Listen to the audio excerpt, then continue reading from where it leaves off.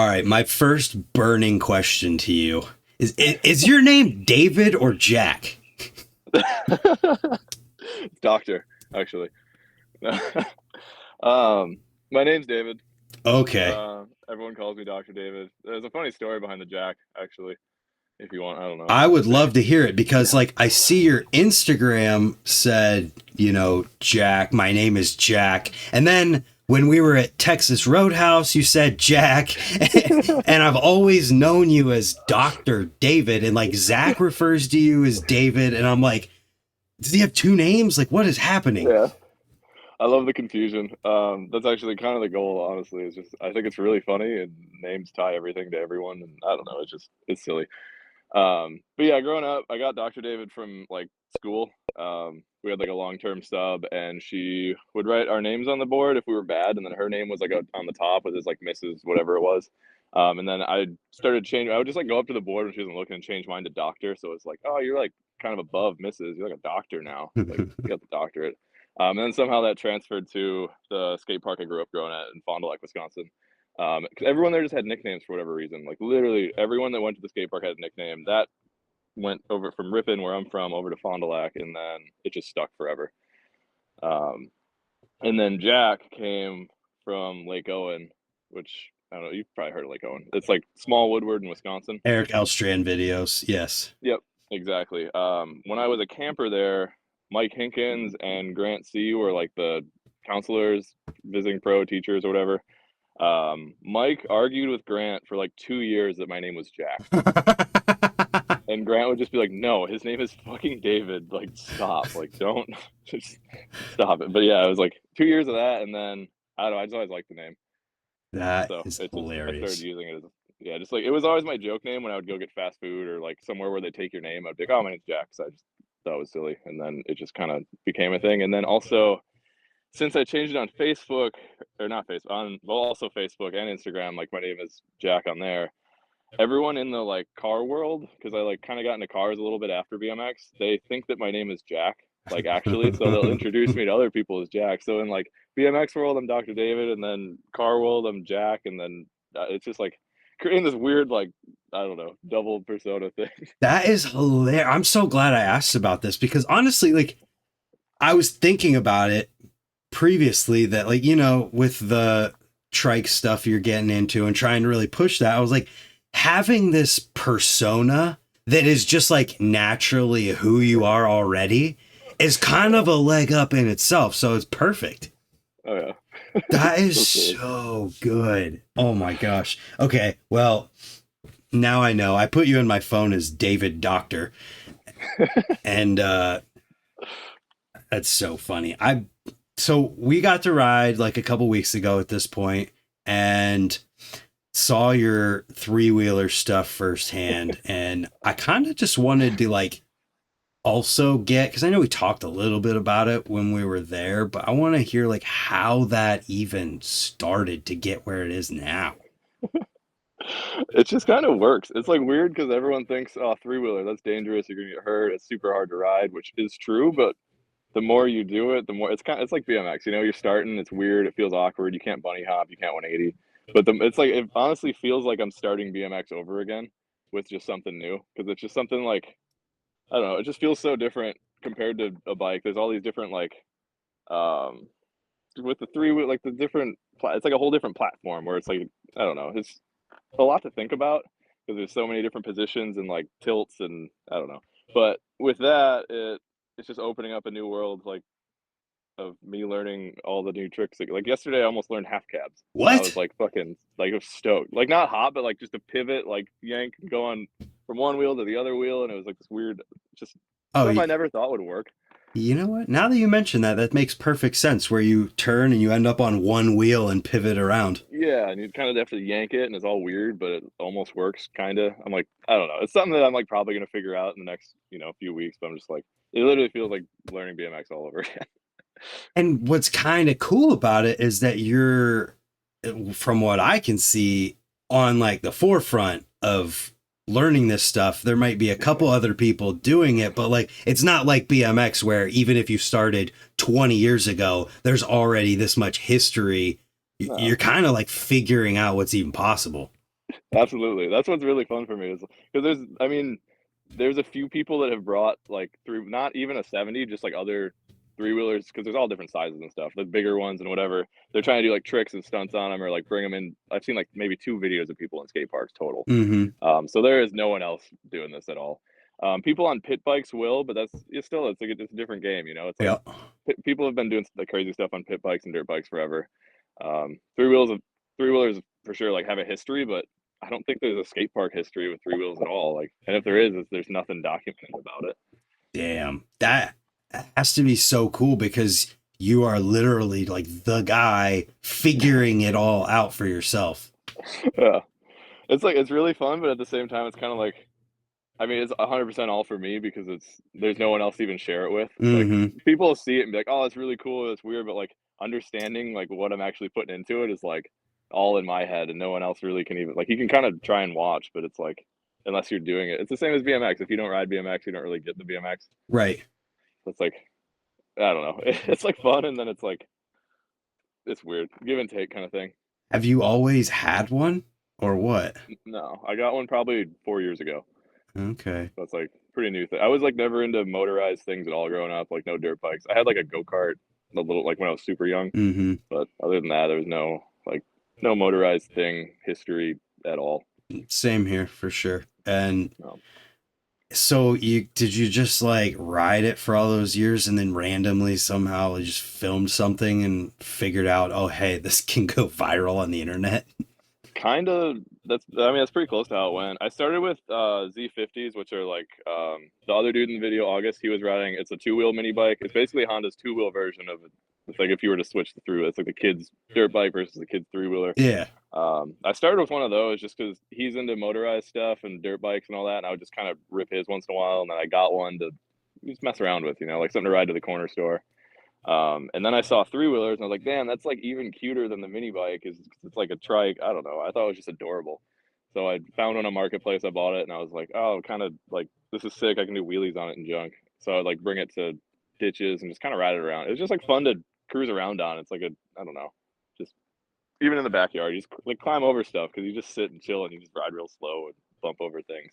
But then I was in Houston with the homies, like 3 years ago. No, maybe two. I don't know. That's like the first clip or not clip, first video I posted that like actually blew up on the three wheeler.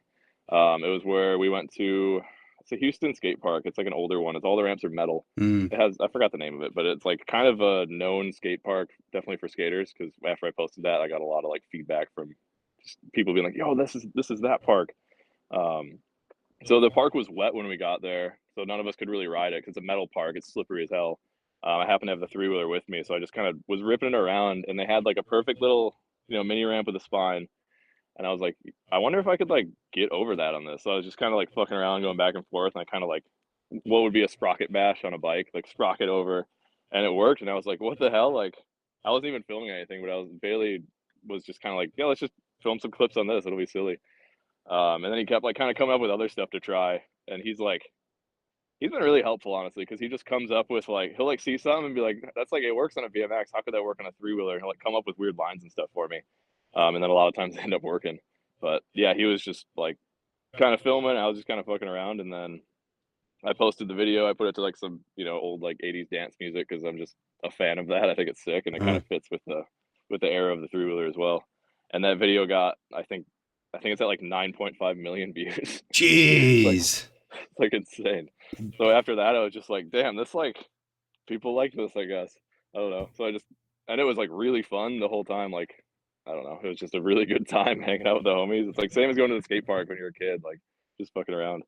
So Yeah. yeah, it was Well, it's like a kid's toy, similar to like a BMX bike is a kid's toy, but it's even more of a kid's toy than a BMX bike is. So I think when people see it, whether they're dirt bike fans or anything, they see that and they're like, oh, what is this adult gonna do on this little kids thing that's clearly too small for him? And then you go over a freaking spine, like, oh, I've seen a skate park before. I know BMX and skateboards, but three-wheeler, what?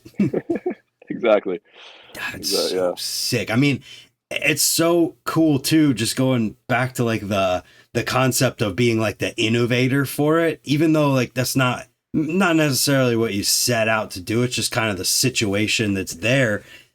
There's so many places that could go. I'm just sitting here thinking like, oh man, if he figures out a way to like have something underneath of it, he could literally do like 50-50 grinds in a mini ramp on that, and it probably would work. Yeah, absolutely. It's weird too though, because like certain things work really well and other things that are like normal don't work at all. Like turning around on a quarter pipe is an absolute nightmare. Like it doesn't make any sense because you're going from one wheel to the other. Your weight has to be one way, but you have to be like tabling the other way. So it's just like little thing like figuring out how to jump a hip. Like it took me probably a year before I figured out how to go from like, you know, an angle to an angle. Mm-hmm. It was just it seemed like such a simple thing on a bike. You just like right over. On that, it's just like you get thrown sideways and it flips over, and like you just get absolutely bodied. Yeah, I learned about that. Yeah. Man, that's so cool. And people, when you see the clip of him doing the fakie over the spine, I've told so many people about that just because it's like, it's insane how it looks. I don't know. It's just crazy. And it's like, you're such a perfect person to have stumbled into this too, just because, you know, when it comes to BMX, when people think of Dr. David, they think of like nothing's wearing a thong and, and stuff like that. And so it's like, you were already this like character just being yourself. And now you get to, I mean, like, it's only a matter of time before you have your Larry Enticer moment. Yeah, I've heard that before. It's pretty funny. But yeah, I mean, it's just like honestly, it's all just kind of who I am. I just get to be myself, so that's like the coolest thing ever. I'm just like having fun. That's like kind of with the YouTube and all the stuff, and like the Instagram and the posting. It's just kind of I'm like on a mission to have as much fun as I possibly can. Yeah. And that's just where it's all been going back to is like, what can I do? Like, how can I push the fun on this? Yeah. And I mean, we've had a little bit of this conversation already, but it's part of what made me want to come on here and talk to you in the first place too, is just you are taking a conscious approach to like really seeing where it can go and just recognizing like the potential that could be there with it. Mm. Yeah, absolutely. Yeah, kind of like you said, being like the forefront of it. I didn't realize that at first, but now like looking back at it and to where I am now, I'm like, damn, I am kind of an innovator of skate park three-wheeler things. And that's just like, I don't know, it's just so fun.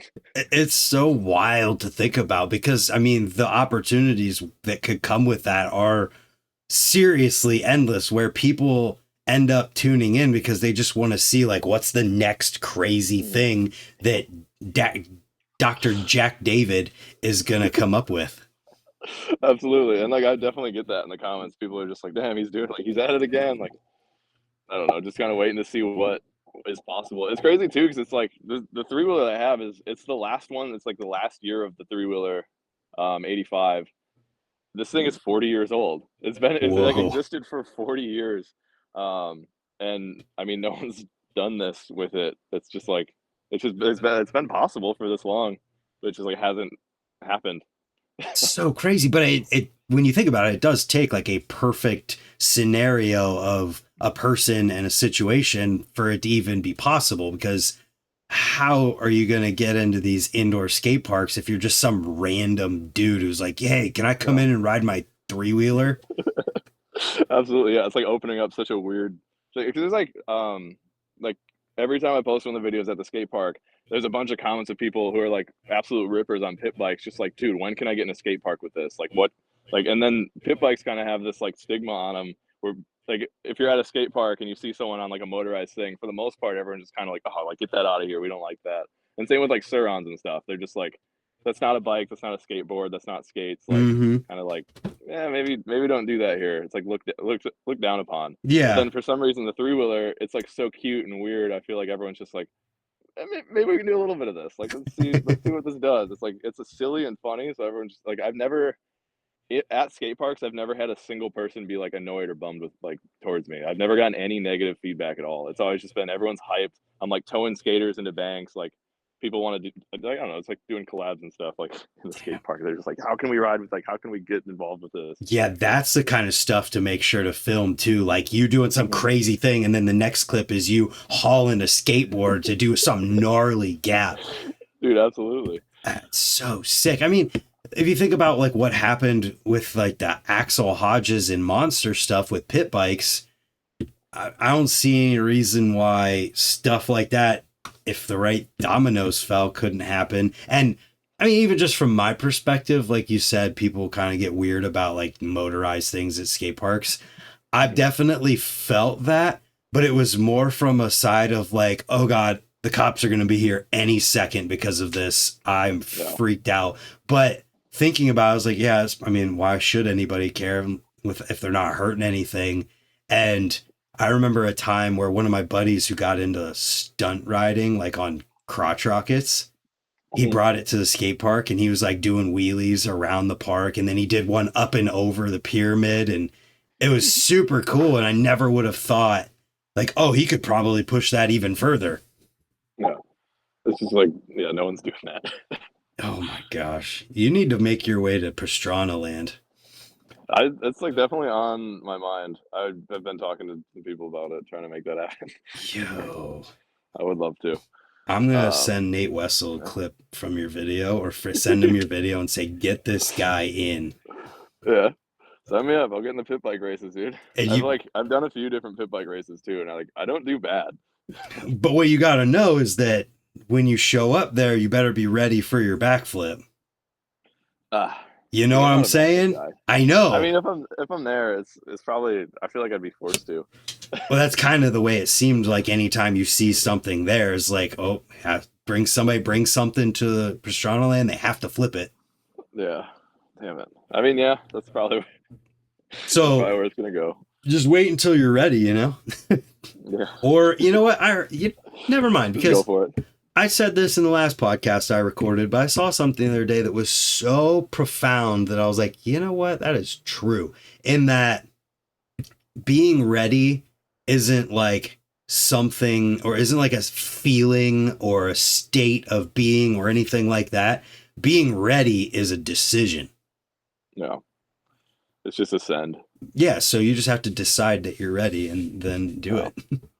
Yeah. Actually, thinking about that, I mean, because like obviously I was just at Stoke Run and there was a foam pit and I had the opportunity. I was just so in my head about it because I was like kind of doing flips on my bike, nothing to like actually like not into foam. But I don't know, I came in backflip on a trampoline, so like it just feels so foreign. I just like want to get comfortable with it. But like a few days ago, Trent is filming the hair of the dog thing.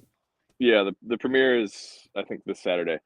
Yeah, it is. He's like getting just enders for that, and he hit me up about a 3-wheeler clip just to like have one in there. Let's go. And I kind of had a spot in mind. I hit him up, or like I replied to him. I was like, yeah, do you have anything like in mind, or like some kind of like a ride-on grind would be sick, because those are like, they exist, they're just kind of hard to find.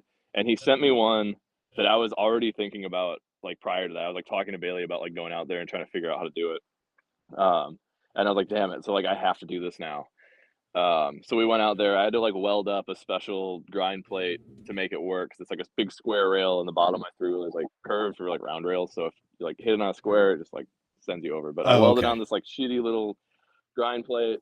And it was like I got there and the rail's like 8-10 feet long, and it's just like, it's kind of like a dead man thing. It's like it either works or you're like falling just pretty far into like I don't know, a big trench kind of thing. And it was just like I did like 5-10 run-ups, and I was like, this is like, I felt like the backflip kind of, where I was like in my head about it, and I was like, I can either fail on this or I can just full send and see what happens. And I was like, I'm here, like the filmer's here, all the pieces are here, like if I get hurt, whatever, like it's gonna be sick either way. So I just went for it, and like it was so sick. It worked first try. I got that like crazy rush you get like when you're doing something on BMX, where it's like you just sent it, it worked, you like overcame that fear.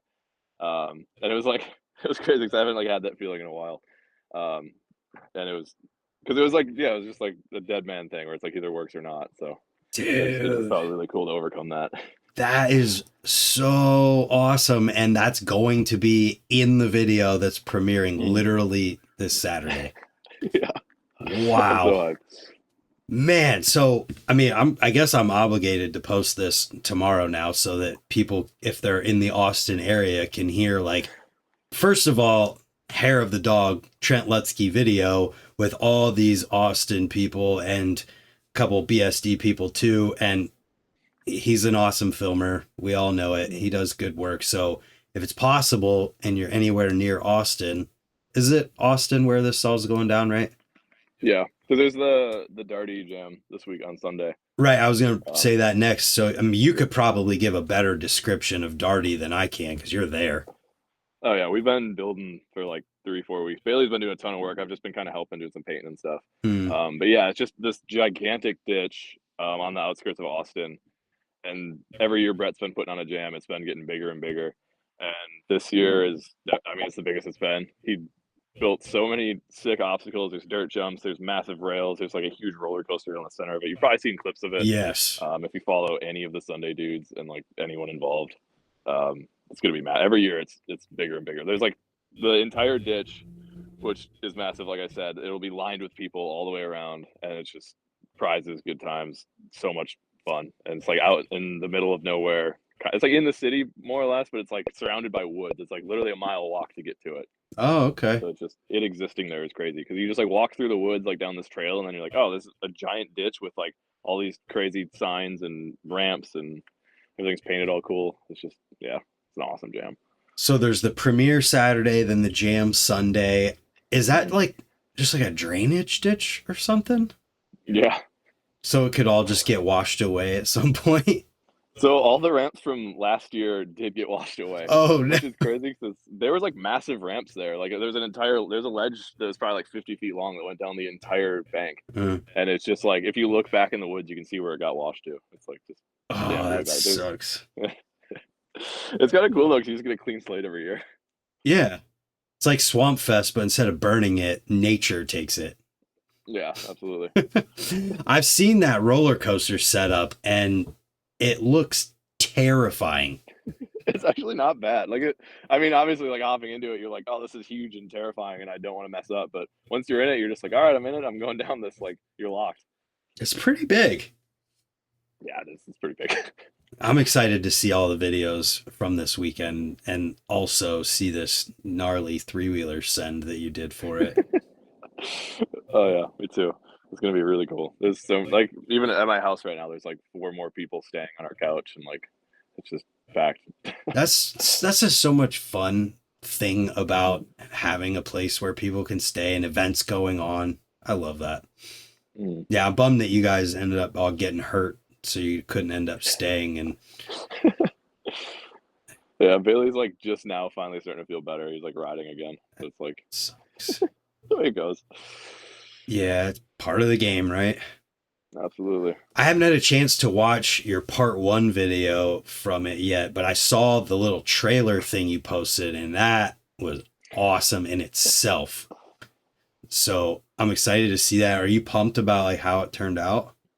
Oh yeah, I'm hyped. I'm like, I don't know. YouTube's weird because I'm like still new to it, and I don't really understand how views and all the stuff works, and so up and down. But just like one thing that definitely keeps me going is like in a few years I can look back at the videos and be like, oh yeah, we went on this trip and I captured a bunch of moments from it, like all the fun. Like I don't know, you like yes, it's like we're doing stunts and all the like it's like a BMX video in that way, but it also captures like just all the like what's basically B-roll, I guess, but all the just the antics and weird stuff that we get into and like just messing with your friends and you know. Documenting, yeah. I mean, Yeah, that's a absolutely. huge part of what I have done with my stuff is just wanting to be able to remember easier than memory. Yeah, absolutely. My memory's definitely cooked from biking. So Well, I mean, we all just have so much going on and staring at our phones as much as we do with all the information overload that we get hit with. There's no way that's not like affecting our memory and stuff. no, for sure. Yeah. But I keep coming back to that fakie over the spine clip. It's so insane. Yeah. Did you film like vertical and horizontal on that? Yeah, I got both. I was gonna eventually make an Instagram video just to like put it out. Yeah. I'm really happy because like I wouldn't even thought of that. Like shout out to Billy Woodfin. He texted me because he knew I was going out to Stoke Run. He was like, "Dude, you got to fake you over the spine." He like knew I could do it. or could visualize it at least. And getting there, like trying it at first, I was like, "There's no way. There's not enough speed. This will never work." And then, yeah, it ended up working perfect.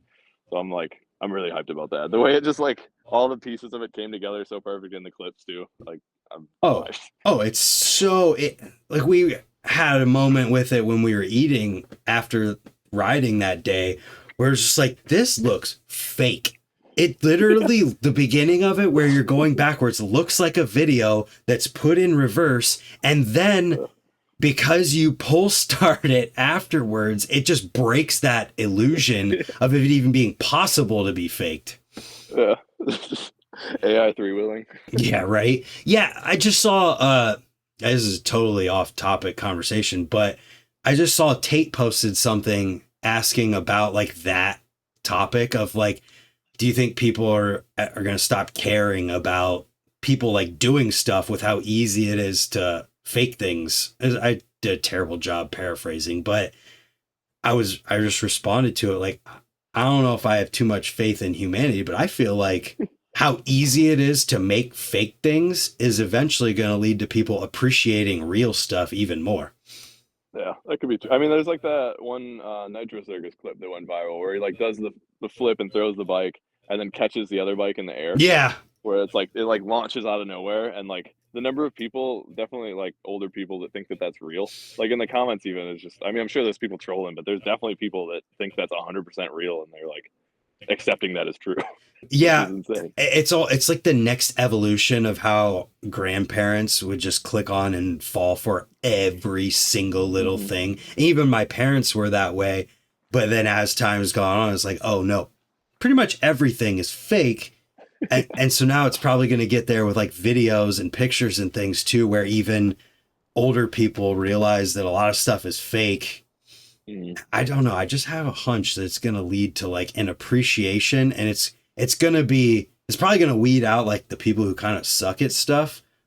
No, but the people who are really good and masters at what they do, I think, I don't know, totally off topic conversation there.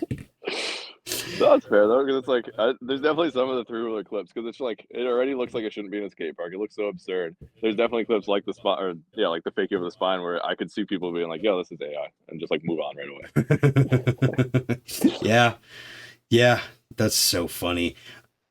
So I know we've talked a bit about like strategy and whatnot before, and this gets in kind of like the nerdy side of things, but I felt like it was an important conversation for other people to hear too. And just the potential for like, if you want to take that avenue with anything, the potential to do that where you can post on TikTok and Instagram and YouTube shorts and all of that crap. And I feel like you've kind of thought about a lot of that already.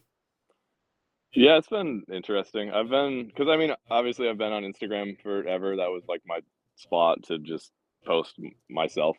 Because like I don't know, when it used to be pictures, that was always the coolest thing. And then when they introduced videos, I thought that was really sick. But then to where like from there to where it is now is like so absurd, and I'm like not the biggest fan of it. Mm-hmm. And just the way that everything is so reels, and I don't know, just to distract you all day long and have you look at pointless things endlessly.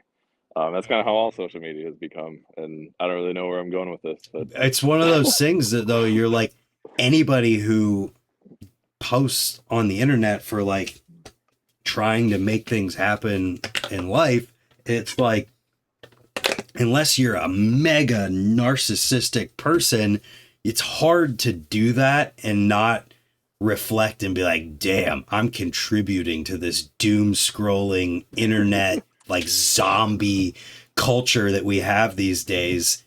And like I battle that with myself all the time. So like I post every single day. Dedication is crazy. It sucks to think about though that like, man, to some people it's just like a doom scroll zombie mode kind of thing, but at the same time it's also some good motivation to try and put purpose behind things. You know, you're pushing something that nobody else in the world is doing. It's not like you're doing something that there's a million other people doing the exact same thing. Yeah, which that's true. I definitely do like one thing that keeps me hyped on it is like the comments and replies that I do get of people who are just like absolutely hyped about it, like living through me, just like thinking about it, like brings back stories from when they were a kid of like, oh, I had the 3-wheeler, like I crashed it, I got really hurt, but it was like the best times. We'd like rip it to, I remember this one dude's like, we'd rip it to grandma's house all the time, but if it died, I had to restart it, and my arm wasn't, like, as a little kid, it's like my arm wasn't strong enough to pull start it yet. So just like, I don't know, it's like, just all the stories that come with it, and then where I like actually make people's days, where people are like hyped about it, they're like genuinely happy that I'm posting this stuff, because it's just like, it looks like so much fun. It reminds them of like, playing Tony Hawk when as a kid, unlocking the crazy motorized character, like just Yeah. unlocking all those weird core memories, and yeah, I like that. I mean, to be totally honest, for me, when I see your three-wheeler stuff, it makes me think about a time where I would play ATV Quad Power Racing 2 on PS2 with my friend, because like the end thing that you get is the ATC, and it's like the fastest one in the game. So, and it was super unstable and like fun to play as. And I was a little kid and I was stoked about it. And I see you doing that. I'm like, oh, I remember that game. But Absolutely. Another thing that I kind of realized lately too, through kind of like that thing of feeling bad about contributing to that side of the internet, and you think about like people who stream video games or all this stuff, I kind of had a realization that like not everybody has something like BMX or BMX friends like we do. And a lot of people are just lonely and bored. And when they watch something like you doing a crazy 3-wheeler thing or somebody streaming video games, it makes them feel like they're not by themselves. That's definitely true. I can see that. And I never thought about that before, and I was like, damn, that is so real. Because I mean, I watch people play video games all the time. I watch people play games I'm never gonna play. And it's just like I'm sitting at home alone working, and that is a thing where it's like somebody's talking and they're playing games, and then I get to hear them be stoked about something. I look over and there's that moment. It's like, oh, you don't feel alone for that minute. Yeah, so some comfort. Yeah, as weird as that is. I mean, I know it's super weird, but That's where we are, I guess. That's where the world is. Yeah, it's just people are weird, complex creatures and all that stuff. But it's been interesting to see your like journey with this stuff, because that one clip got you some crazy following on Instagram. And before that, obviously there's success with like Alienation and stuff with BMX. This is like a totally separate beast.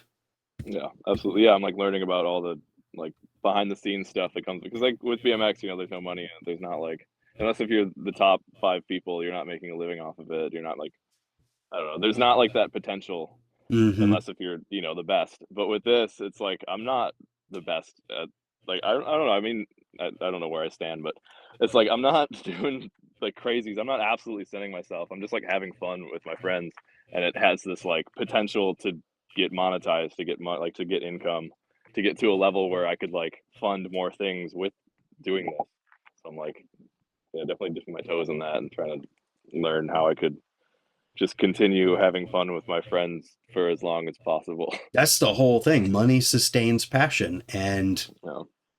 if this is super fun, I mean, you literally got to come all the way to Ohio with a couple other people in their bikes and have a sick time off of this little 3-wheeler because some videos on the internet blew up. Yeah, that's so absurd to me. It's insane. It's like, I love it. It's so fun. Yeah, I like just the doors that's opening for me. So it's like, yeah, BMX gave me all these connections, and like I know all the, like these people across the country, but you can only do so much with that. Right. Like that only gets you're still like like funding everything out of your own pocket, and that's like the passion of it. And that's kind of where I am currently with the 3-wheeler stuff. Because I'm like, I'm not making money off of it, but like the potential's there, the following's there. It just like has to all come together into this thing where I can then like I see other people doing it off of things that are like, I don't know, more niche and more weird and more whatever. So it's like you just have to find that base and continue Figure keep pushing out. at it. Yeah, you got to figure out how to turn it into like a business kind of. Mm-hmm. Essentially doing what people at the very top in BMX are doing, but in a different world. Oh man. But totally feel like it's possible, and I'm excited to see where it ends up going with you. And like, you're not forcing it by any means. You made a comment when we were eating dinner the other night that like you have to feel it when you're doing it. Otherwise, it's, I forget what you called it. But I was like, that's so real. I think of what I said. I don't remember. I don't either. It was something that an artist would say. It was, but it was absolutely real. It was like, Yeah, if you're not feeling it, or it's not like fun, or you're not just loving that part of it, then it's serious work, and that turns it's not in, like genuine. yeah, it turns it into something else. No, that's definitely true. Yeah, 'cause it's like, yeah, as long as it keeps being fun, like I'm gonna keep doing this. Like Yeah. when everyone, all the people, are like, yeah, keep these videos coming. I'm always, my reply is always like, yeah, as long as this is fun and I'm like having a good time, like why would I ever stop? Yeah. So where have you been able to take that thing so far? Um, I mean, a bunch of random skate parks. Like I did Racine Skate Park. I did that one in Houston. I did House Park. Just random little parks too here and there. Four Seasons was a big one. That was like a crazy opportunity. I've been like obviously going there my whole life. That's a park I kind of grew up at. And for the owner, I was just like talking to the owner because I'm good friends with him, and he's the man. But he was just like, "Ah, I saw your three-wheeler video. When are you gonna bring that thing in here?" And I was like, I can't believe you're asking me that because I was gonna like try and lean into that question, just be like, what do you like? Would like I was like, no way would he ever let me. But for him to bring it up and be like, yeah, like let's see what happens. I was like, no, like no way. I was like, it kind of blew my mind in a way where I was like, one, he saw the video and he like was hyped about it, and two, he's like, bring that in here. So like just getting to do that was such a crazy opportunity, and like I went into it with like almost like a movie set style where I was like, I had this like plan where I was like, me and August were gonna, just try and start in one spot and just like film everything. So it was like such a new thing. Like being able to bring those into an indoor skate park felt just crazy. It was like something that you shouldn't ever be allowed to do. Um, but yeah, it was just that opportunity was really cool. Shout out to Four Seasons for letting that happen and just existing. They're the best. And then after that, someone from Stoke Run hit me up just on Instagram. Was just like, like they just said this is awesome or something like that. And I replied and I was like what's that? Like you gonna let me? Like I see you got a park. Like Yeah. what are we thinking? And they were just like, yeah, here's the owner's phone number. Like hit us up. Like let's figure out something. So I just started chatting with him, and he's like, yeah, like let's make a trip out of it, make some content. Like, and I was like, this is so cool.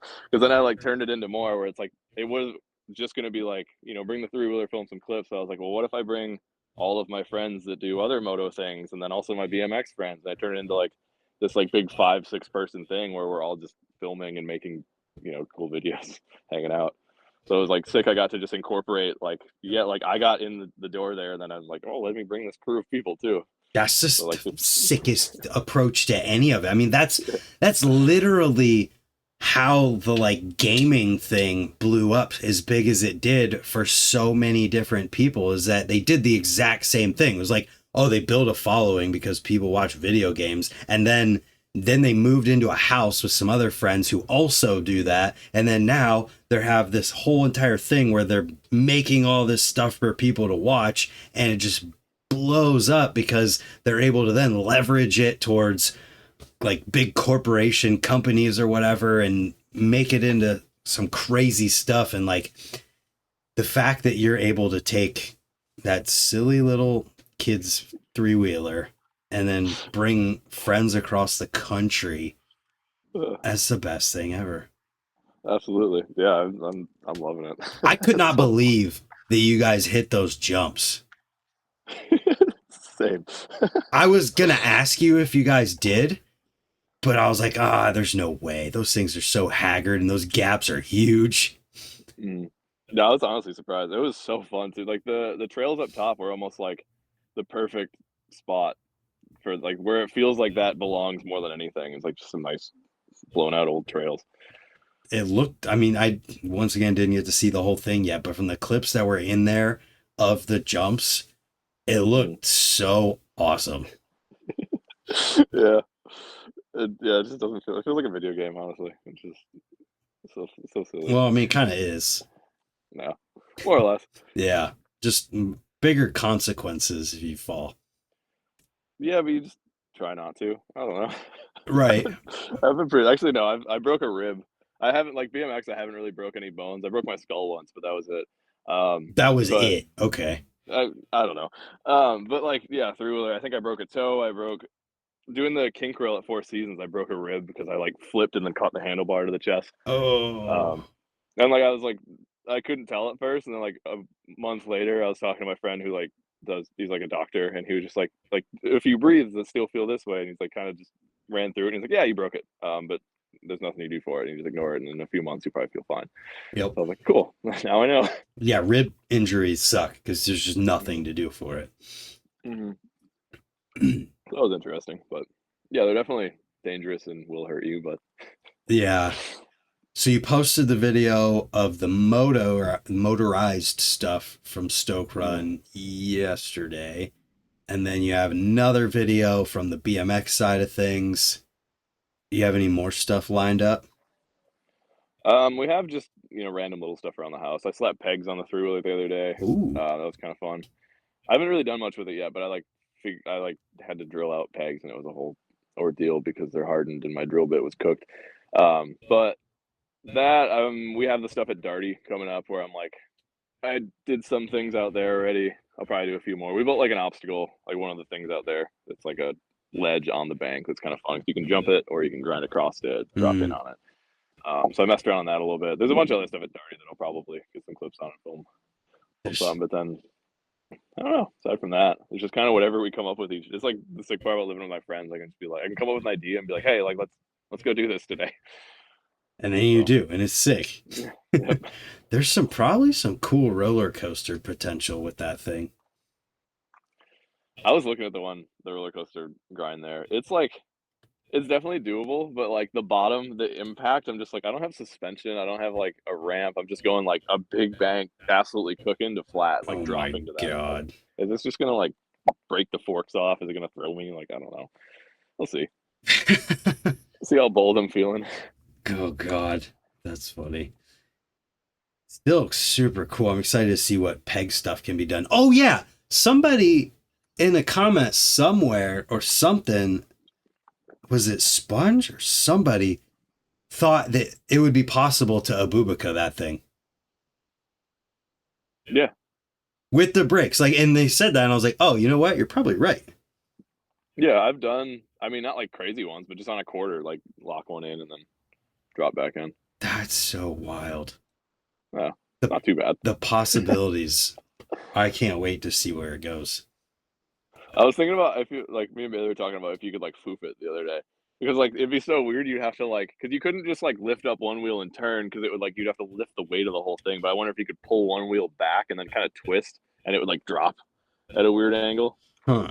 You might be able to get up on one wheel and like rotate on it.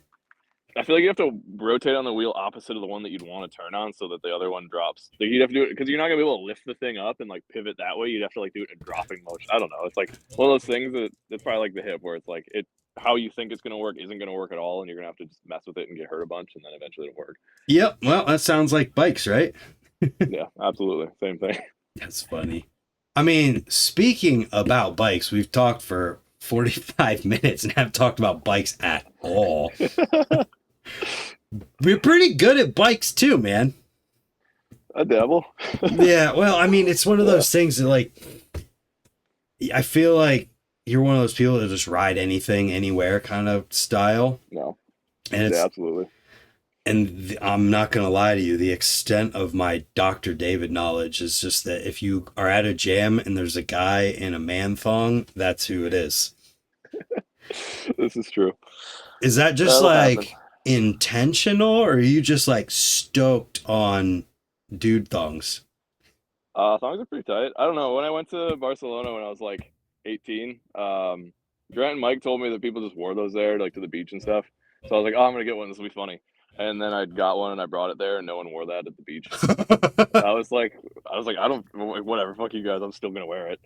And then it just kind of stuck. I carved over it like that, the spot in Barcelona where it's the big curve, like the seawall, yeah. That everyone carves over. I made Grant shoot a picture of me carving over it in the thong, and that was kind of where it started.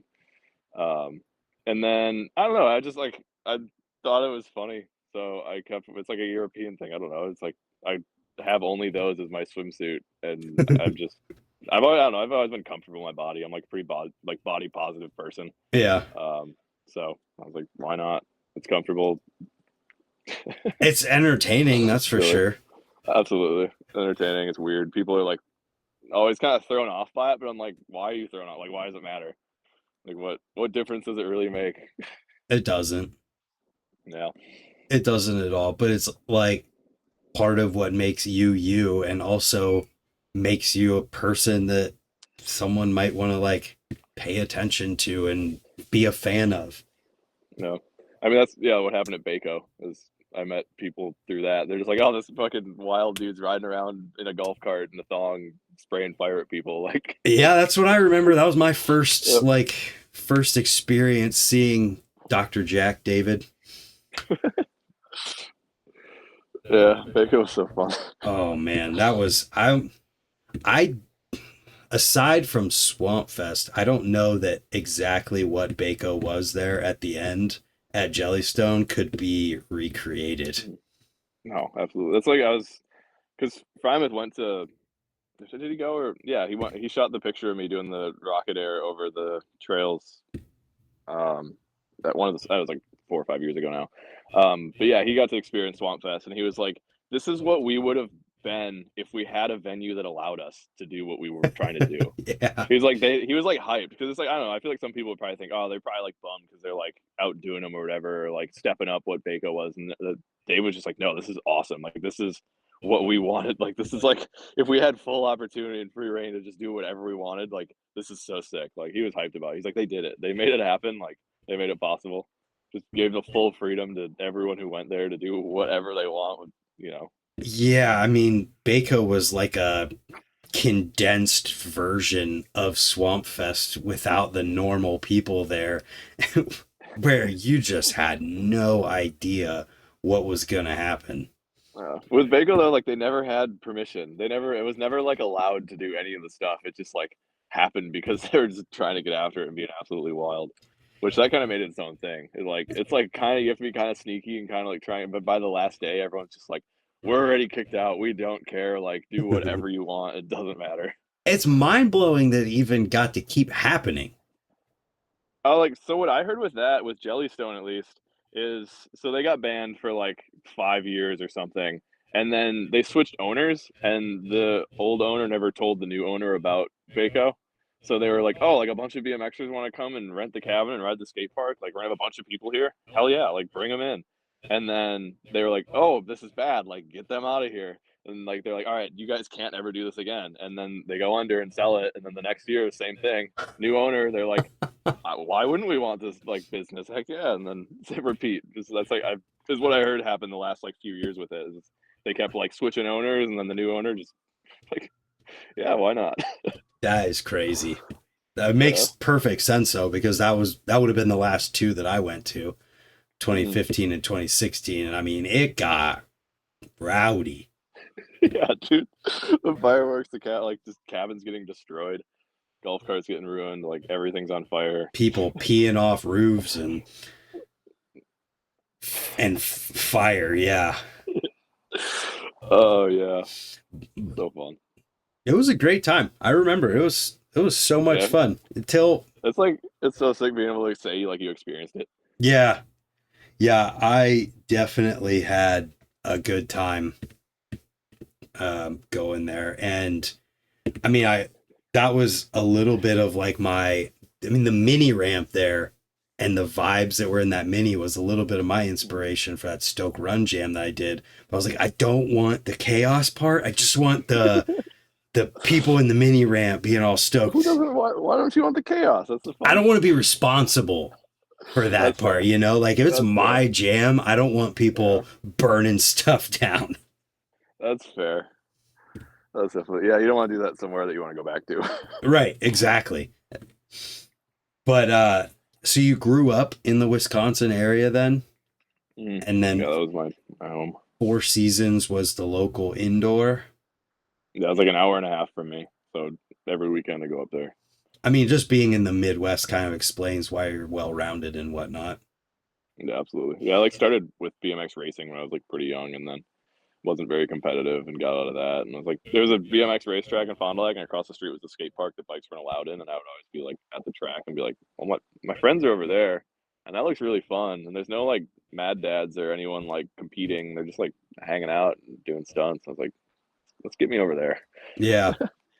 Yeah, the closest racetrack to me here is like connected to a skate park. So there's so many stories about people who were racing and then just up and quit. Like, I don't know if you ever knew Alex Liebrock, but he's from Ohio. He's incredible. When he started, he was racing, and then he went to Akron Skate Park, saw the skate park, and like decided he was going to quit that day. That's so cool. Yeah. The racing background also explains some of your abilities at riding. Yeah, it definitely gave me like a different understanding of like bike control and stuff. Mm-hmm. I mean, I only did up until I was like 12, but still, like it made its impact for sure. Mm. Yeah, that makes sense.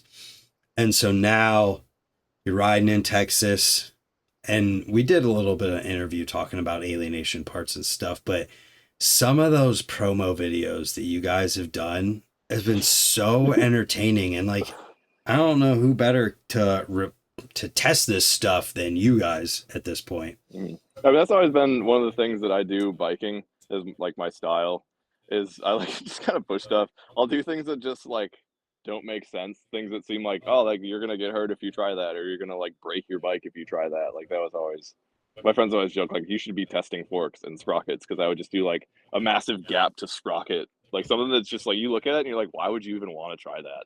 And I would just like send it because I was like, this is gonna be funny. So yeah, that just transitioned into making videos because I would like make little ones for Instagram, just like messing around, being like, oh, I'm gonna like freaking launch my bike into this and see if I can ride out of it. And yeah, then Zach's just always been hyped about it with Alienation. He's been like, just like, I love seeing this stuff. It's fun. It's entertaining. Like, just keep it coming, being super supportive. And I'm like, yeah, absolutely. If you want me to keep doing the thing that I like doing, I'm gonna say yes forever. You mean you want me to light your stuff on fire? Okay. Send me a package of brand new parts and I just open it with a starter fluid and a lighter. Have you actually done that? Yeah, we opened up a box of parts and just lit them all. There's I'm trying to think of which promo. The sprocket one I lit on fire for sure. The fork one we lit it on fire and threw it off the roof. What else was there? There was definitely some little videos where it's like we just lay out all the parts on the table and then I just kind of spray starter fluid on most of it. So it's just like it gets a really sick clip. You get a little bit of burnage on your parts, but they still, I mean, I don't know. Character. Parts. You're not going to hurt them with fire. Yeah. Yeah. I was imagining like literally opening the box by burning all of the cardboard until all that's left is the part. Yeah. We talked about it. We were just talking about that like 2 days Oh ago. my gosh, that would be hilarious. That's one though that feels like it might actually affect the integrity of something. Because depends what you're working with. True. I guess you could. Soft goods, maybe not, but yeah, true. And if it's in its final packaging, might as well just not do that. Like, might as well not send it in the final packaging if you're gonna light on fire. But that would be a time lapse unboxing with fire. Now you got my brain turning. That's so more funny. promos to come. Yeah, right. But it just, I don't know. There's something about like the idea of somebody just being so authentically themselves and then fitting into that role that I'm stoked on personally, and seeing that, and I just love it. Thanks. Yeah, it's been fun. It's like I definitely took like all the things I grew up watching that I thought were sick and just like put them all into my own thing. Because like I mean, I've gotten comments on some of them, like the Beetlejuice one. That people are like, "This feels like bone death," and I'm like, "Yeah, that inspired me." I watched their videos like a lot growing up. So like to see what they're doing and they incorporate like all the like scary movie horror, old horror style stuff. I love that. That's so cool. Like that's like just that 80s like 90s style of the way you don't have all the money and like the stuff to make it like look real. You just do what you can and it creates that whole different feel of like it's just absurd and weird, and I love that. Yeah, I mean, I definitely could see where that inspiration would come from with the Beetlejuice stuff. And then like riding with like L Strand growing up, just doing obscure weird tricks, like was always really fun to me. And then just being around all my friends growing up, like going to random indoors and growing up in a small town too. It's like you just kind of have to entertain yourself. So it opened my mind up to all these weird like art worlds and Mm. things to dabble in. I mean, what's it like growing up riding with Eric Elstrand? I mean, he was like a few hours for me, but I saw him at like Owen a bunch. We were like, I would go up to Minneapolis and ride with him here and there, and it's just he's such a character. He's like one of the best people, best rider ever. I think a lot of people would agree with that for sure. Mm-hmm. Just seemed like he could do anything. Absolutely. I remember at like Owen, hanging out with like Dowen and stuff. They would tell me like, yeah, he's like doing all this weird stuff now, but like when he was a camper at the like jam contest thing, he would just like do like some weird trick and then you like double whip a box, like stuff you wouldn't expect, like just like every both sides. And he like foot jams the like a gigantic vert ramp just with ease. I'm like, you literally have every piece of it. Like you're riding trails, you're riding vert, you're riding transition, you're riding street, like right, like just such an innovator across the board. Yeah, I'm not surprised to hear that at all. And also just to hear like how you came from that, you're a product of that environment as well. I mean, I just think being in the Midwest, we all have to ride everything because we ride what we can when we can. Yeah, you're forced to get that back and forth. Yeah. What was I going to say? Oh, I guess I want to talk a little bit about Lake Owen because I didn't really know much about it other than the fact that in old Eric Elstrand videos, we'd see, the Lake Owen Woodward looking, whatever they were called, the signs and stuff. Like, what was that exactly? So it was, from what I heard, I'm pretty sure it was owned by Woodward, but it was just a smaller Woodward in the Midwest Mm. for whatever reason, and it was in Wisconsin, which was I think it was like 4 hours from me.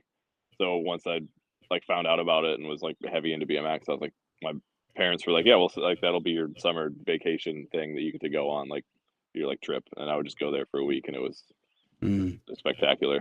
But it was like it felt, because now that I've been to Woodward too, it's definitely felt like same kind of feel as Woodward, except like smaller and more like, I don't know, more like Midwest feeling. Like it's like everyone's friendly and like close knit kind of thing. Like it felt like more family style, like small condensed Woodward. That's cool. So you're just like hanging out with pros and like, I don't know. Yeah, I guess same as what happens at Woodward. What all did it have there to ride? They had a good variety actually. They had like, indoor outdoor park, bunch of random things. They had trails, they had a vert ramp, they had a bigger like park section, street section. Then they also had like gymnastics and like cheer. Oh, okay. So basically everything that Woodward has, they had like all the same stuff. It was just like a little smaller. Nice. Yeah, that's sweet. It sucks that stuff like that's kind of like slowly going away, but it also kind of makes sense because there's just more and more free access to amazing places everywhere. Yeah, that's true. But you don't get that like that same vibe, like the camp vibe. Yeah. I feel like the feel of being at a, like, I don't know. I never really went to summer camp, but that was, I guess I did go to summer camp because I went to BMX summer camp. Yeah, you But I did. didn't go to like a normal camp. There was never like that. I don't know. I guess like, what do people do at camp? Go like ride a kayak and make marshmallows or something? I don't know. I never went to normal. I went to mom drops you off when she's on her way to work and picks you up after work camp. Yeah, just hang out somewhere. I think. But yeah, Yeah. camp was cool because you get that like hands-on experience with pros. You get to like spend time with them, like genuinely, like they're there to teach you stuff. It's not like, I don't know. For me, I was like a shy kid. Like I'm not gonna go out of my way and talk to pros. I'm always like, I would go to the skate park and just, if there was someone there that I didn't know or like a pro or someone who's like really good, I'd be like afraid to ride. Yeah. I just kind of sit there and like watch them for a while because I'm like, this is really cool. You're doing crazy stuff, and I'm like learning, but also like I don't want to look like an idiot in front of you. But being there was like, there's a bunch of other kids that are also like looking like an idiot because none of us know how to do stuff, and then we're just like hanging out with pros, and they're all just like there to help you. So it's like, I don't know, it creates that different feel of like making you feel more comfortable. Yeah. I guess That makes like sense. opening up that feeling of like, these people don't care if I'm good or not. They're just here to bike just like me. That like helps you realize that. Yeah, it'll probably come back around when the resurgence of action sports ends up happening, whenever that is. Who knows when that'll be? Yeah, everything's weird. Just start a 3-wheeler camp. That would be good, dude. Like, I don't know I would be so sick if more people got three wheelers, but it's like this thing that they haven't been allowed to make since the 80s. Wait, they're not That allowed to make them? no, they got outlawed in like 85. What? What's the story with that? I didn't know that. Yeah, they. I mean, that's why they don't have them.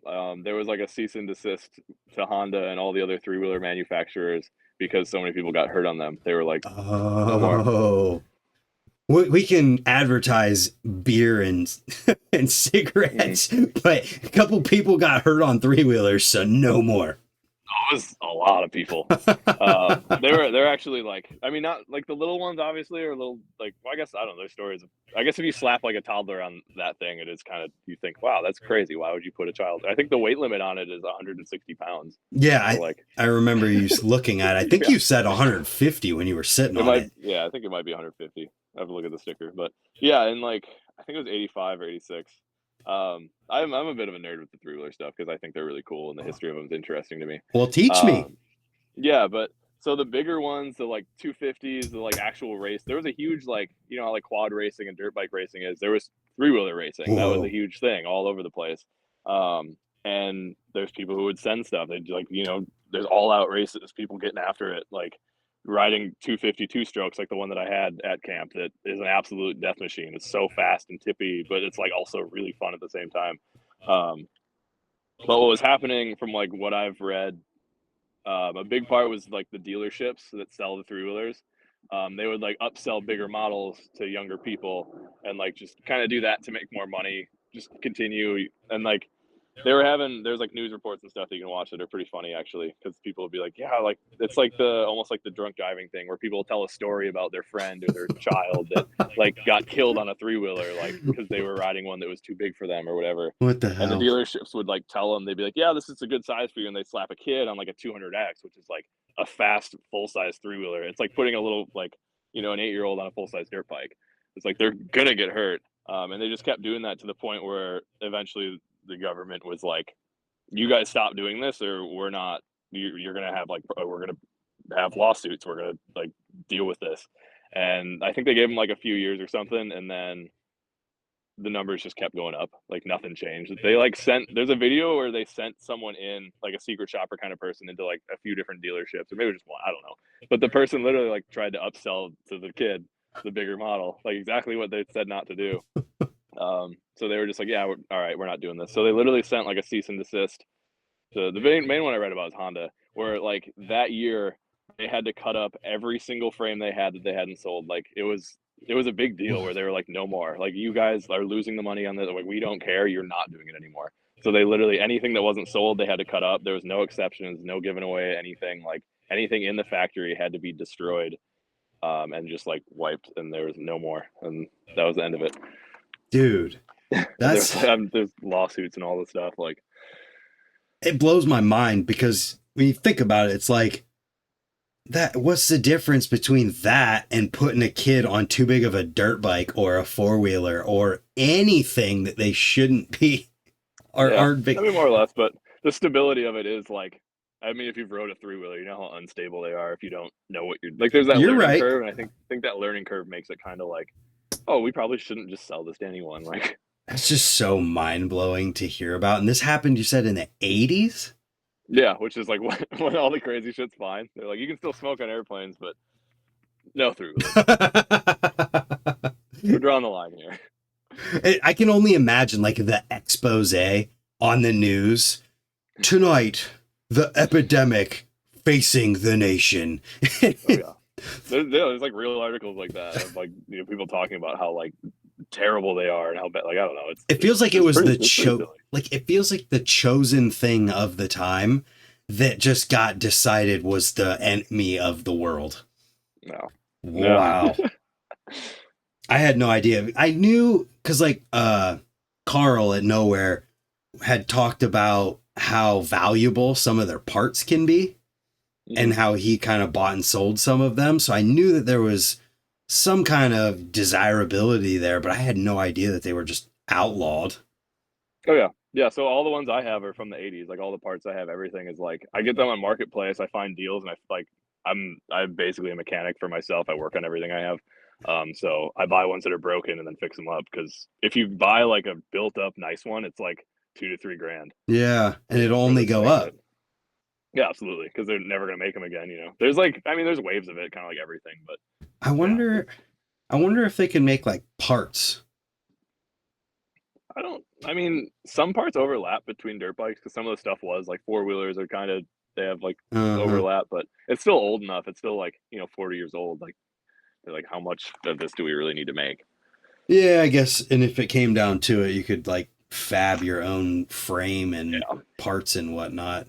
Still, yeah. Which there are, like, the community is kind of big and it's pretty cool. There are people that make literally every part for three wheelers. So I this is like blowing my mind, the world that you got yourself into. That just, I bet you the only people who knew it existed are people who've been involved with it directly over the last couple decades. yeah, it's great. I think every year I go to this event called Trike Fest, which is like the gathering of three wheeler people, and Uh-huh. it's in Indiana, and it's like it's insane. All these just it's kind of, I mean, it's really similar to BMX, where it's just all these weird niche people in all their own worlds come together because we all have the same interest. And Yeah. there's, I mean, last year there was 800 three wheelers there, and it's just like there's this many people around the world that have just, because it's like like they're known for being super reliable. They're built really well. They last. And there's all these people that collect them, and if they're messed up, they fix. Like it's like there's never a throwaway thing with them. It's always you keep them, you fix them in every way you can, and there's always parts. So it's like all these people are just rescuing and putting together three wheelers and building. I don't know, just they're just in it. It's awesome. It's It's a whole community in its own. I guess everything's like that in the world, but it's so Yeah. like funny to hear about it. And I guess you just got to get involved with that event and put on a demo. Dude, I'm in pretty good with the owner. He's the man. And they're so sick. Every time I go there, they're like, I don't know. It's super like the hospitality is amazing there. Like the first time I went there, I was like, I don't know what to expect. It's kind of like it's a new world for me. It felt like going to BMXing for the first time. But then you get there and everyone's just like super friendly. Like everyone's camping there and they're just like, do you need anything? Like, can we help you? Like, this is what's going on. Like, be here at this time. Go to this at this time. Like, I met all these like really friendly, really nice people that were just like hyped to help me out, hyped to show me around, hyped to just like just share the love of three wheelers and just a good time. You say I was like with you, and you're like share the love of three wheelers, and it's like Yeah, it's like that so is weird, but it's like everyone's just into this weird thing, so we're like, why not? well, you know what it sounds like to me. It sounds like Flatland in BMX. Honestly, Yeah, they are very welcoming and like great hospitality, and you show up to a Flatland thing as like they call us freestylers or street riders, hmm and they're all stoked and just pumped that you're there. yeah, that's how it felt. But then also, everyone kind of has this thing in the back of their head where they're like, oh yeah, these are like really dangerous machines, and they were outlawed. So like you kind of get that side of it also. We're doing something dangerous. Yeah, absolutely. Man, Danger. you guys need like, I can just see a clip in my head of some type of time when there's a ditches flooded or whatever, and you hear about people water skiing behind like dirt bikes and four wheelers and stuff.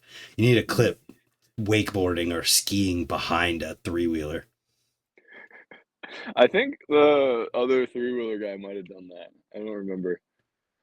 Then combine it with other things. I don't know. The potential is endless. It's just Yeah, so absolutely. funny. That's what I'm finding. So much stuff you could do with it. And it seems like you're having fun with it. Yeah, nonstop. Too freaking cool, man. So you posted a few videos to your YouTube channel, which is called what? We haven't even said that to this point. Milksteak? You gotta own it. Milksteak TV. Milksteak TV. And there's stickers, and I think you even had shirts at one point or something. Yeah, I have merch still. We're making more. I just got some hats in we're gonna make. Like I come from kind of an art background where I like to make things. I like to, create. I draw and do painting a little bit, but the art kind of transitioned into building things. But yeah, like the shirts we made, we like bleached and made stencils and like made them all. Everything we make is kind of we're making ourselves because it's fun that way. One, and then two, it's like I don't know, it makes unique things. It makes one of a kind merch. So I just Hmm. got some hats in, and we're gonna like, I'm coming up with kind of like some kind of print, but I want to make like a stencil and put something on there and like, yeah, just make unique things. That's fun. And I mean, when you do it that way, a cool side effect of that is that you end up making more on each thing because you don't have to outsource it. Yeah, absolutely. That was like another thing. It's like I'm not rich. None of my friends are rich. We're BMXers. Yeah. So when we used to do jams, like we would just go buy a stack of the cheapest shirts we could find and then get a stencil, spray paint it on, and then maybe like tie dye or bleach or something, like do 50 shirts and then give them all away. Yeah. So The DIY of it. absolutely. That's what we've been doing. And that's kind of what I've incorporated into that. And then, yeah, Milksteak is I mean, the name's obviously just the name, but that's the name of me and Bailey. Our company, what we do on the side is we fix food trucks and build food trucks. So that's like our actual business. That's just the name that we picked because we needed a name. That in itself is fascinating. Not the name side, but the fact that you guys do that and that there's enough demand to build food trucks that you can have a full-fledged business surrounding it. Yeah, in Austin, I mean, it's getting bigger everywhere else, but Austin was kind of the food truck hub. And there was a food truck here called Burrow Grilled Cheese, and all the BMXers that would come and visit and stay for a while would always work there because it was like tied in with Aaron Ross and like Mm, it was just like a word of mouth thing. So it was like kind of a homey thing. They've since like changed and become they got bought out and switched owners, and it's like less of that now. But me and Bailey were already like kind of had our foot in the door with that, and I got here and there's like a bunch of food truck stuff that's broken. And I started just fixing it for them. They're like, "Oh, this is cool. No one does this. Keep doing this," because there's not like I don't know. There's not people actively fixing food trucks, I guess, because it's like a niche thing. They're like, "Oh, I can yeah. just do buildings and restaurants." And I don't know. But it just transitioned to me meeting owners of other food trucks, and then it turned into I was making enough money that I had to set up an LLC. And then I was like, "Bailey, you want to do this with me?" Because he's also good at like just good with his hands. He's good at problem solving. He's like does the same things I do. So we're like, all right, we're gonna start a business and build food trucks, I guess. So that's just like our income, I guess. Hmm. And like, I was like, oh, we can make merch, and I was like, well, why don't I just tie in the merch into our existing company? Because I didn't know the 3-wheeler stuff was gonna go anywhere. I was like, we can just if it doesn't work out, then I just have t-shirts for our company. Yeah, that's Um, perfect. yeah, exactly. So now we have all the milkshake stuff. God, this is gonna turn into some crazy thing where you're gonna have like a compound and people come from all over the place to ride 3-wheelers. That's kind of happening in a way. I mean, like all the like BMX homies come and stay at our house in Austin, and it's a BMX house. So BMX home. yeah, BMX home. It's weird. The cleanest BMX home you'll ever be to. Visit. That's so Words, funny. less words, more good. But yeah, it's that. And then every time people come out, they're like, "Oh yeah, you got all the 3-wheelers and shit. Like, let's rip them in the backyard." I literally have like a track in the backyard that we just mess around on. And then boom, there you go. That's a video. And it's a fun Yeah, time with friends documenting it. And that's sick.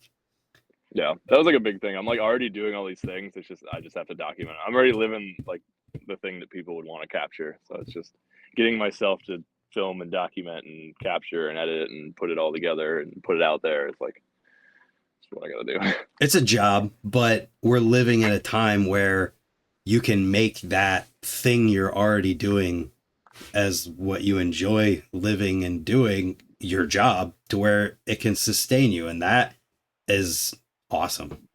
Yeah, I mean that's the final goal for sure is where I can get all the things that I'm already doing to just sustain themselves. Because I'm building cars. I live in a box truck. I built myself. Like I'm building food trucks. I like build everything I have, like all the little machines and engines and whatnots.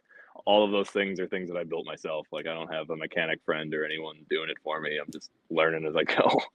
Yeah. So I'm like, people live off of even just the tiny home thing. People have massive followings and live off of filming themselves doing little tasks at the like tiny home thing. And I'm like, I built one of those already. I'm living in it. Like, Guys, I did it. yeah, like I just didn't document it. I should have just filmed everything and did whatever. But now I'm like on the other side of it. I'm like, I still have those things. I'm still doing them. So I'm like, I just need to start documenting and putting them out there. And from like the social media side of things, that could be a really interesting thing to tie into the 3-wheeler stuff and all of that, and just tie in those. I'm working on this engine for this old truck that I bought, like that kind of No, stuff. Not only does it humanize you even more, but it also branches out to totally different groups of people who then could come in and just be stoked on all of it. And now you're reaching way further outside than you thought you ever could. Yeah, absolutely. And then all those like pieces are just kind of things that help build me up as myself more. That's kind of like what Zach would say about Alienation, and then like when I wrote for Standard, like what Billy would kind of say is just like if this is benefiting you and building you up, like keep doing it. It's like say like use this as a tool to build your own character. Like don't take on the character of the company. Like just be you. That's like it makes you more genuine. It creates your own, like rather than creating a following for a company, you create a following for yourself, and then like you're part of this. It's like it just helps back and forth. Yep. And the give and take of it. Yep. And when you do that, you're just you, and you don't have to put on a front that is expected of you later, and then that becomes a job in itself. Yeah. And you just get to be so authentically yourself that it makes people stoked. And that, absolutely, I feel like BMX could use a little more of that. I mean, that's one thing, like I can't change. I like if it wasn't me being me, I would just lose interest. I would quit. Like I would stop. I mean, that's what happened with anything that I don't currently do anymore. Like racing and stuff. Like I don't know, anything that I did in the past that I'm not still currently doing. I was like, this just isn't me anymore. So I'm not gonna force it. Like yeah, that's super cool, man. Well, I appreciate you for you, and I feel like other people do too. And yeah, I'll make sure to put all your info where everybody can find it and whatnot. And we're going to do more stuff. Anybody who's watching this now, you can expect my video from Stoke Run, his video from the riding side, and then interview at Stoke Run with him too, as well as Bailey and Ben. Yeah, good stuff. And it's cool, man. Cause like before you came to Ohio, we didn't really know each other. I've seen you around, never had a conversation or anything like that. And I drove home from going out to eat after that night, and I was like, I texted Zach and I was like, I am so fucking stoked on those guys. I love that. I'm glad we made that impression. I was like, we're definitely curious. I was like, is he gonna like us? Is he gonna enjoy what we're doing, or is it just kind of like, I don't know, we're bringing motorized things to a skate park and just fucking around? I'm like, I don't know what people expect. I might have a Karen haircut, but I'm not Karen. Oh, we lost your video. What happened? Turn on reactions. What happened? Oh, there you are.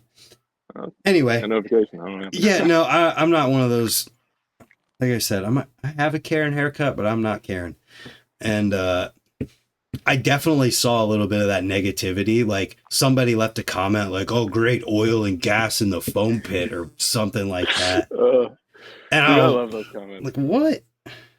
I always because I don't know. I love just messing with people on comments and stuff. It's like I'll just when I get bored or something, I'll just scroll through comments and reply to the negative ones, because it's also 90% of the time if you reply to their negative, they expect no one to reply or just to get hate back. But if you reply with something silly and pointless, it always flips on them. It like flips to like, oh, like no, that was sick, but like yeah, you know what I mean. Yeah, I'm a huge fan. Just whatever, and I'm like, okay, yeah, I love that because it's like I don't know, it helps like. Just make like I don't know, like humanize things further too. It's like we're on the internet, but we're all people still. We are all people. That's an important thing to remember. Yeah, man. Well, hey, I appreciate your time, and everybody who's watching this, go watch Milksteak TV. You can watch me flip backwards on a 3-wheeler in a mini ramp, and it's a good time. Yep. I don't know if that made it in there. Tuesday. That one's next week Tuesday. Sick. So that'll be next week. This will be going out tomorrow probably, and I appreciate you. I appreciate you being you. That is like the best thing, and I want to make sure that people like see that in BMX. Yeah, no, same to you, man. You're doing you. That's awesome. Thanks. Not enough people doing it. Well, we can only be ourselves. Anyways, let's not go any further with that. Either way, check them out, and have a good day, everybody. You found a spider. I thought you were about to eat it. No, he's friendly. He's chilling. There we go. All right. Well, see you, everybody. All right.